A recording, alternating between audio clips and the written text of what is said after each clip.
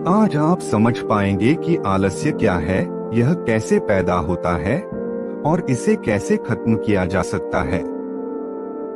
आलस्य से परेशान एक व्यक्ति गौतम बुद्ध के पास आता है और कहता है, बुद्ध, मेरे अंदर बहुत आलस्य है। मैं इस आलस्य की वजह से अपने जीवन में वो सब कुछ नहीं कर पा रहा जो मैं करना चाहता हूँ। इस आलस्य ने मेरा जीना हराम कर रखा है। इसकी वजह से मैं अपने जीवन में असफल हो रहा हूँ।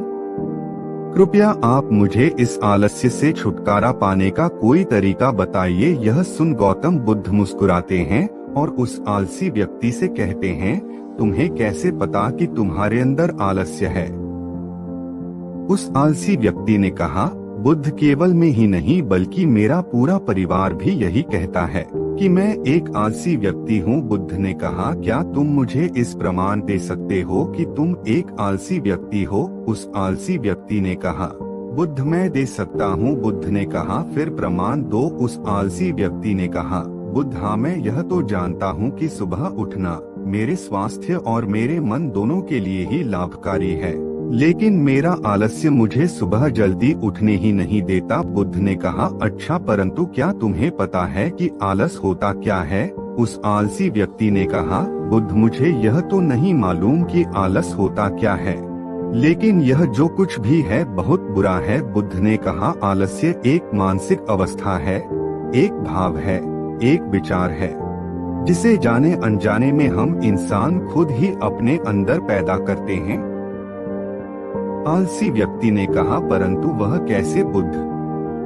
बुद्ध ने कहा, पहले तो तुम यह समझाओ कि हमारे भीतर आलस्य दो कारणों से पैदा होता है।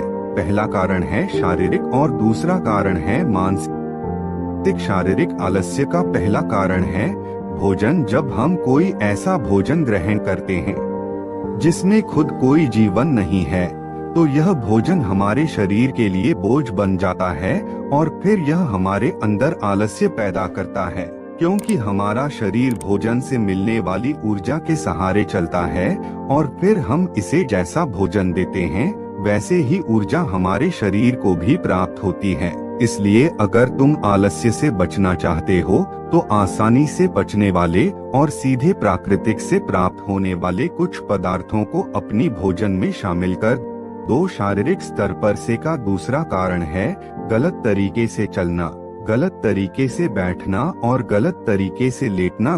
गौतम बुद्ध ने आश्रम के वृक्षों की तरफ इशारा करते हुए उस आलसी व्यक्ति से कहा, अगर तुम ध्यान से देखो तो तुम्हें आश्रम के इन वृक्षों के चलने, बैठने और लेटने की अवस्थाओं में एक विशेष प्रकार का संग्रह नजर आएगा। जब ये चलते हैं तो इनके पैरों के बीच एक तालमेल होता है।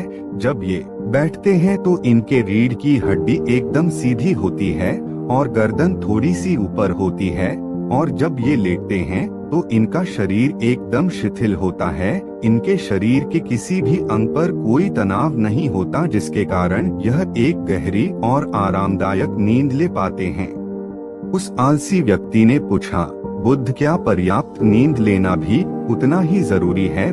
बुद्ध ने कहा, ना कम ना ज्यादा, हमेशा ही पर्याप्त मात्रा में सोना लाभकारी होता है।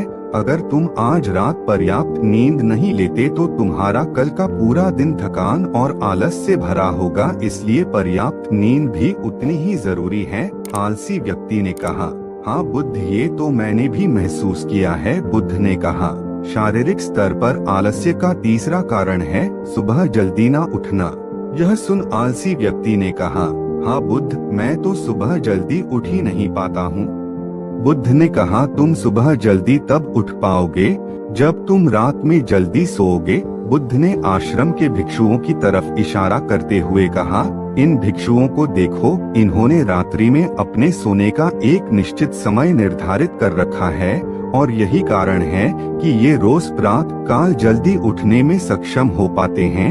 हर एक बौद्ध भिक्षु को अनुशासन का पालन करना होता है और यही अनुशासन इनके जीवन में संतुलन लाता है।